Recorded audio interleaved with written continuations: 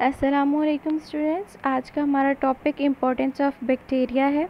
इस टॉपिक में हम देखेंगे कि हमारे पास किस तरह से जो है वो बैक्टीरिया इम्पोर्टेंट होता है, यूज़फुल है या फिर हमारे पास हार्मफुल क्यों है, किस तरह है, किस लिए हम इसको स्टडी कर रहे हैं।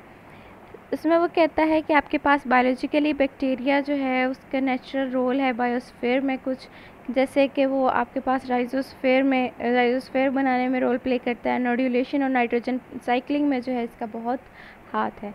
इसमें वो कह रहा है कि आपके पास rhizosphere role of bacteria in rhizosphere सबसे पहले वो डिस्कस कर रहा है। राइजोस्फीयर को डिफ़ाइन कर रहा है। वो कहता है कि ऐसा रीजन है जहाँ पे आपके पास सॉइल और रूट कांटेक्ट बनाती है। तो आपके पास सॉइल में वो हिस्सा जहाँ पे रूट ने कांटेक्ट बनाना है, रूट मौजूद होगी, रूट जो है वो एक्सुडेट जो है वो अपने निकालेगी, कार्बोहाइड्रेट्स प्रोटीन्स वगैरह हो सकते हैं, वो तमाम एरिया जो है वो राइजोस्फीयर कहलाएगा। राइजोस्फीयर वो कहता है कि इतनी सिंपलर फॉर्म नहीं है बल्कि कम्प्लेक्स बायोलॉजिकल सिस्टम है, जिसमें आपके पास जहाँ पे राइजोस्फीयर होगा वहाँ पे आपके पास बैक्टीरियल ग्रोथ भी बहुत अच्छी हो रही होगी। और ये बैक्टीरियल ग्रोथ जो है वो आपके पास इसलिए ज़्यादा है क्योंकि प्लांट ने जो है वो न्यूट्रिएंट्स को रिलीज़ करना है, जैसे कि अमीनो एसिड और विटामिन्स वगैरह। अब ये प्लांट जो है अगर अमीनो एसिड और विटामिन्स वगैरह जो है वो रिलीज़ कर रहा है, तो आप लोगों को पता है बैक्टीरिया हर उस जगह पे ग्रो करेगा जहाँ पे ऑर्गेनिक मैटर मौजूद होता है। तो बैक्टीरिया वहाँ पे आपके पास जो है वो उस एरिया में जहाँ पे large number of amino acid जो है वो मौजूद होंगी, अमीनो एसिड रिक्वायरिंग जो बैक्टीरिया हैं राइजोस्फीयर में वहाँ पे ग्रो कर रहे होंगे। उसके अलावा वो कहता है कि आपके पास जब बैक्टीरिया वहाँ पे ग्रो कर रहे होंगे तो बैक्टीरिया के कुछ मेटाबॉलिज्म प्रोडक्ट्स होंगे जो कि सॉइल में भी रिलीज़ होंगे। प्लांट के भी मेटाबोलाइट या मेटाबॉलिक प्रोडक्ट्स जो हैं वो सॉइल में आ रहे हैं, और अब बैक्टीरिया जो उसमें उसके नतीजे में वहाँ ग्रो कर रहा है उसके भी जो है वो मेटाबॉलिक वेस्ट वगैरह मेटाबॉलिक प्रोडक्ट्स जो हैं वो सॉइल में रिलीज़ हो रहे होंगे। तो वो कहता है कि आपके पास ये एक बड़ा सारा एसोसिएशन है, एक बड़ी सारी इंटरेक्शन है जिसको हम बहुत गौर से पढ़ने की ज़रूरत है हमें। हम देखते हैं जी। नेक्स्ट हमारे पास रोल ऑफ बैक्टीरिया न्यूड्यूलेशन है, सिम्बियोटिक नाइट्रोजन फिक्सेशन है। हमारे पास एक्चुअली ये दोनों पॉइंट्स एक ही हैं। हमारे पास नाइट्रोजन फिक्सेशन, न्यूड्यूलेशन फॉर्मेशन, दोनों काम जो हैं वो नाइट्रोजन की फिक्सेशन के लिए ही हो रहे हैं, प्लांट की भलाई के लिए। पर फ़र्क इतना है कि आपके पास एक सिम्बियोटिक रिलेशनशिप है, एक नॉन सिम्बियोटिक रिलेशनशिप भी मौजूद हो सकता है यहाँ पे। नोड्यूल फॉर्मेशन में वो कहता है कि नोड्यूल्स आपके पास स्वेलिंग्स होती हैं, रूट के ऊपर मौजूद हैं। ये आपके पास नोड्यूल्स जो हैं वो बनती हैं लेग्यूमिनेसी फैमिली में, और इन नोड्यूल्स के अंदर नाइट्रोजन फिक्सेशन का काम हो रहा होता है। नोड्यूल्स में वो कहता है कि आपके पास बैक्टीरिया जो है वो रूट के अंदर जो है वो ग्रो करता है। नोड्यूल्स में बैक्टीरिया मौजूद होता है।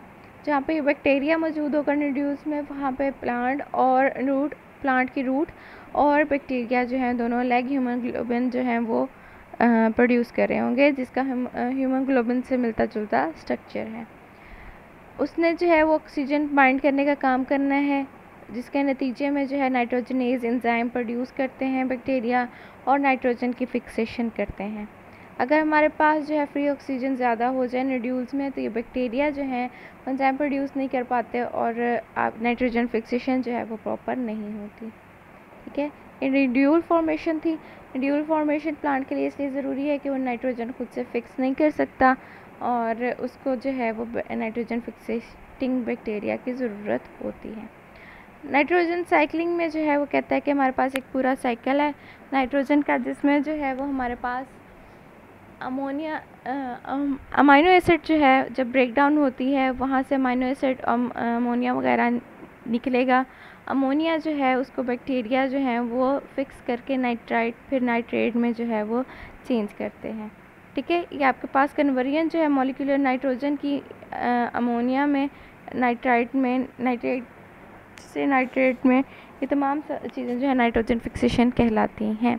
और नाइट्रोजन फिक्सेशन के लिए हमारे पास चूँकि प्लांट जो है वो अमोनिया को डायरेक्ट नहीं ले सकता, तो नाइट्रेट का होना ज़रूरी है जो प्लांट जो है वो एब्जॉर्ब करेगा, और ये नाइट्रेट बनाएंगे बैक्टीरिया। बैक्टीरिया भी कौन से, जो नाइट्रोजन फिक्सेशन की सलाहियत रखते हैं।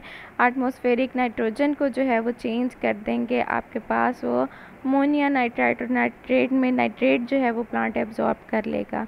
इसमें जो है वो कहता है एग्जांपल में आपके पास राइजोबियम लेग्यूमिनोसरम मौजूद है, क्रोमेटियम विनोसम है, क्लोस्ट्रीडियम पास्टीरियनियम है। उसके अलावा नाइट्रोजन फिक्सिंग बैक्टीरिया वो कहता है आपके पास नॉन सिम्बियोटिक भी हो सकते हैं, सिम्बियोटिक भी हो सकते हैं। सिम्बियोटिक वो जो आपके पास रूट के अंदर रहेंगे, और नॉन सिम्बियोटिक वो जो है, यहाँ पे आप नॉन सिम्बियोटिक सिम्बियोटिक से बेहतर जो है नोड्यूल फॉर्मिंग बैक्टीरिया और फ्री जो है nitrogen fixing free living nitrogen fixing bacteria जो है वो उसका जिक्र करेंगे। फ्री लिविंग आपके पास नाइट्रोजन फिक्सिंग बैक्टीरिया वो होंगे जो नोड्यूल्स नहीं बनाते, सॉइल में ऐसे ही मौजूद होते हैं। क्लोस्ट्रीडियम की और एज़ोटोबैक्टर की जो है वो एग्जांपल आपने यहाँ पे दे देनी है। और नोड्यूल फॉर्मेशन में जो है वो हमने राइजोबियम की बात की थी, जो लेग्यूमिनोसे फैमिली में मौजूद होते हैं, उनकी रूट्स में नोड्यूल्स बना के वहाँ पे नाइट्रोजन फिक्सेशन करते हैं। ठीक है, ये आपने बायोलॉजिकल थोड़ा सा रोल देखा है कि हमारे पास बैक्टीरिया जो है वो इस तरह से इम्पॉर्टेंट होता है।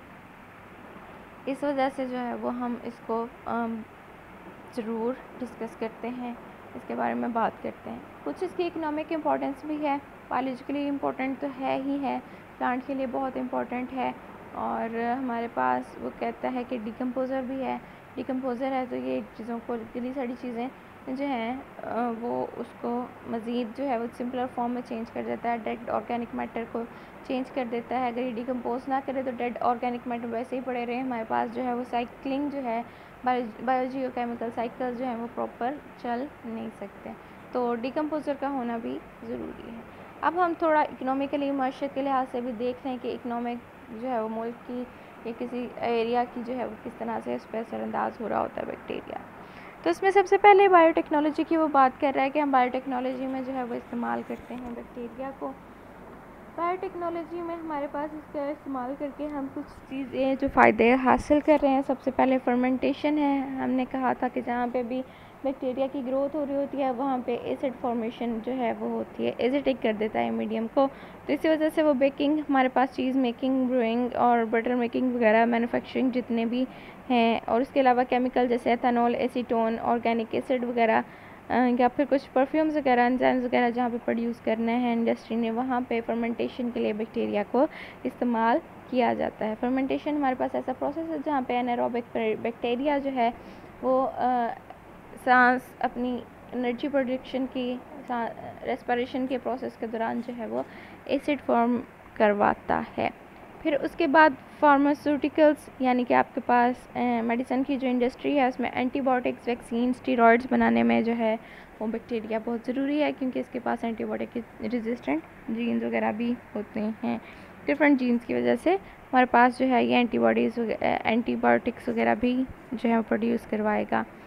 Energy in the form of biogas, decomposition करवाएगा, जहाँ पर डिकम्पोजिशन करवाएगा वहाँ पे बायोगैस भी रिलीज़ करवाएगा।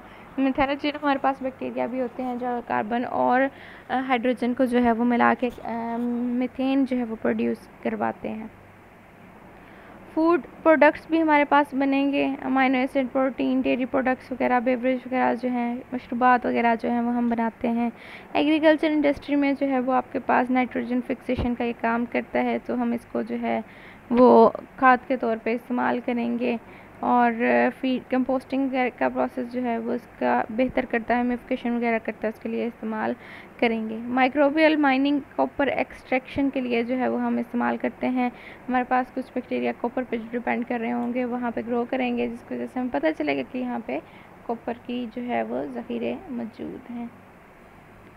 जी, उसके बाद जेनेटिक इंजीनियरिंग एंड बैक्टीरिया है। जेनेटिक इंजीनियरिंग में जो है वो कहता है कि हमारे पास रिकम्बिनेंट डीएनए टेक्नोलॉजी जो है उसमें इस्तेमाल होता है। रिकम्बिनेंट डीएनए टेक्नोलॉजी जो है जिसमें हमारे पास डीएनए का पीस हम डिज़ायर लेते हैं, उसको फिक्स करते हैं बैक्टीरिया के प्लाज्मिड में, उसको दोबारा से हम बैक्टीरिया में डाल देते हैं, क्योंकि बैक्टीरिया की ग्रोथ जो है वो एक्सपोनेंशियल है, हर 25 मिनट्स के बाद आपको वो नई कॉलोनी दे रहा होता है। इस वजह से हमारे पास जो डिज़ायर जीन है उसकी भी बहुत सारी कॉपीज़ जो है वो बन जाती हैं। जेनेटिक इंजीनियरिंग में हम बैक्टीरिया का इस्तेमाल इसलिए करते हैं, और इसमें जो है वो हम डिफरेंट किस्म की जो है हमने वैक्सीन वगैरह भी तैयार की हैं, जैसे कि हम ह्यूमन इंसुलिन जो है वो बना रहे हैं, जो कि डायबिटीज़ के अगेंस्ट इस्तेमाल होती है। ग्रोथ हार्मोन जिसे सोमेटोट्रोपिन है, उसको जो है वो हम पिट्यूटरी ग्लैंड की कम सिक्रीशन की वजह से जो ड्वार्फिज्म यानी बोनापन होता है उसको ख़त्म करने के लिए इस्तेमाल कर रहे हैं। इस तरह से कुछ एग्जांपल जो है उसने आपको दी हैं। फाइबर रेटिंग है, हमारे पास जो फाइबर्स होते हैं क्लोस्ट्रीडियम बुटाइलिकम जो है वो इस्तेमाल होता है। जूट है, फ्लैक्स वगैरह, हमारे पास जो जितने भी पटसन और इस तरह की जो रस्सियाँ वगैरह हैं ये बनाने के जो काम है, उनको फ़ाइबर को अलग करने के लिए वो कहता है कि हम पहले इसको पानी में फ़ाइबर को जो है वो इमर्स कर देते हैं, डाल देते हैं, भिगो देते हैं पानी में। उसके अलावा इनोकुलेट करा देते हैं, यानी वहाँ पे हम जो है वो दाखिल करवा देते हैं बैक्टीरिया को। बैक्टीरिया जो है पैक्टिक सब्सटेंस जो है वो सेल वॉल की जो है उसको हाइड्रोलाइज करता है, वाटर की प्रेजेंस में उसको ब्रेक डाउन करता है और फाइबर को अलग अलग कर देता है। और ये फाइबर जो हैं वो हम बोरियां और रस्सियां बनाने के लिए इस्तेमाल करते हैं। ठीक है, ये भी इंडस्ट्रियल इम्पोर्टेंस आ गई इसकी। उसके अलावा डाइजेशन जो है वो हमारे पास बहुत अच्छी है इसकी। ये थोड़ा सा बायोलॉजिकल रोल दोबारा यहाँ पे डिस्कस कर रहे हैं, और विटामिन सिंथेसिस वगैरह जो हैं वो डिस्कस कर रहे हैं। डाइजेशन में वो कहता है कि हमारे पास ऐसे तमाम जानदार जो कि प्लांट खाते हैं उनकी इंटेस्टाइन में हमारे पास एस्चेरिशिया कोलाई, ई कोलाई जिसे हम कहते हैं, वो मौजूद होता है, जो कि एंजाइम रिलीज़ करता है सेलुलेज। और वो सेलुलेज जो है वो प्लांट के अंदर उसकी सेल वॉल के अंदर मौजूद सेलुलोज वगैरह को जो है वो फाइबर्स जो उसने कहा है उसके जो सेलुलोज वगैरह हैं उसको डाइजेस्ट करने के काम आएगा। विटामिन सिंथेसिस वो कहता है कि ह्यूमंस में भी हमारे पास एस्चेरिशिया कोलाई जो है इंटेस्टाइन के अंदर रहता है, जो कि विटामिन बी को सिंथेसिस करता है। ह्यूमन जो है वो उसको अपने फ़ायदे के लिए इस्तेमाल करते हैं। इसके अलावा वही तमाम क्लोस्ट्रीडियम बुटाइलिकम जो है वो हम इस्तेमाल करते हैं राइबोफ्लाविन और विटामिन बी यानी कि प्रिपरेशन के लिए। इंडस्ट्रियल प्रिपरेशन जो है वो हम इससे करते हैं।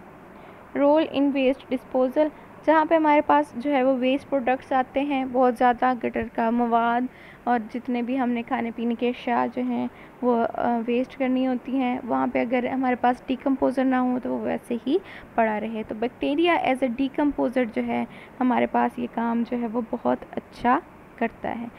तो इसमें जो वो कहता है कि एरोबिक एंड एरोबिक बैक्टीरिया दोनों जो है वो डिकम्पोज सीवेज वेस्ट को, यानी कि गटर वगैरह के या खाने पकाने के आपके जो वेस्ट हैं उसको जो है वो ब्रेक डाउन उसके लिए करवाता है।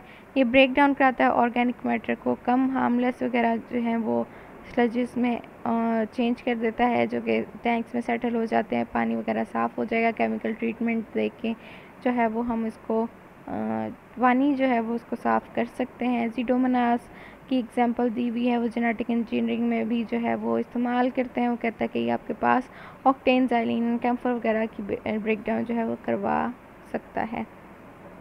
ठीक है, और इसके अलावा डिकम्पोज़र जो है वो बायोलॉजिकल जहाँ पे हमने जो है वो इसकी इंपॉर्टेंस देखी है, वहाँ पे डिकम्पोजिशन को आप जब डिस्कस करोगे तो आपने डिस्कस करना है कि ह्यूमिफिकेशन का भी काम करवाता है। ह्यूमिफिकेशन यानी कि process of formation of humus है, इसको हम जो है फिजियोलॉजी में ज़रा डिटेल से भी डिस्कस करेंगे। ह्यूमस फॉर्मेशन जो है वो कहता है कि आपके पास ह्यूमिफिकेशन ह्यूमस फॉर्मेशन है।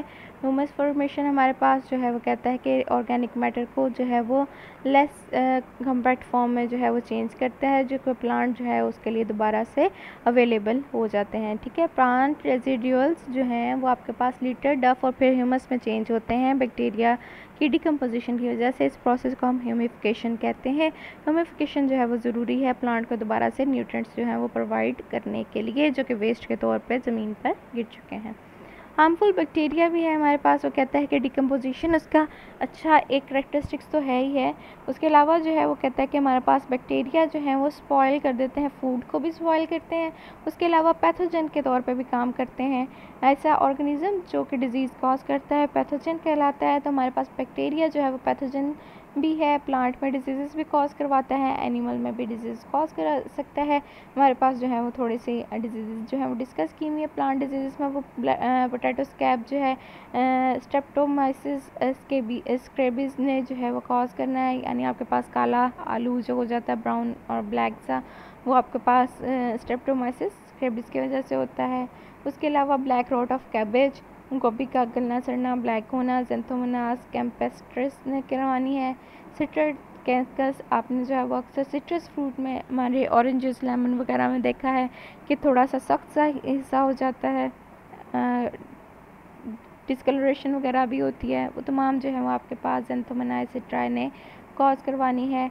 और इस तरह crown growl of fruit trees, आपके पास क्राउन वो हिस्सा होता है जहाँ से रूट स्टार्ट हो रही होती है और सॉइल जो है वो वहाँ पे कांटेक्ट में आती है, वो आपके पास जो है वो ताज की तरह का एक हिस्सा बन जाता है। वहाँ पे जो है वो बैक्टीरिया रहते हैं और डिजीज़ कॉज करते हैं। एग्रोबैक्टीरियम ड्यूमिफिशंस जो है वो वहाँ पे मौजूद होता है।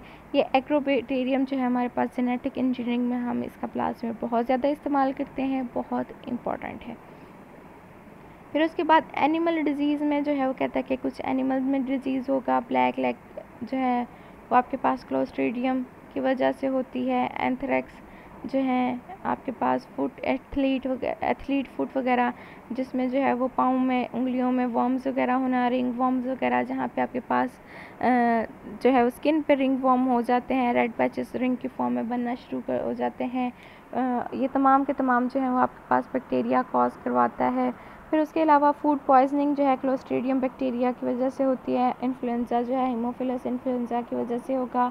टाइफाइड हमारे पास जो है वो एबरथिला स्पीशी की वजह से है। मायोबैक्टीरियम ट्यूबरकुलोसिस जो है वो टीबी कॉज करवाता है। तो ये तमाम डिजीज़ एनिमल में मौजूद होती हैं और इनका पैथोजन बैक्टीरिया है।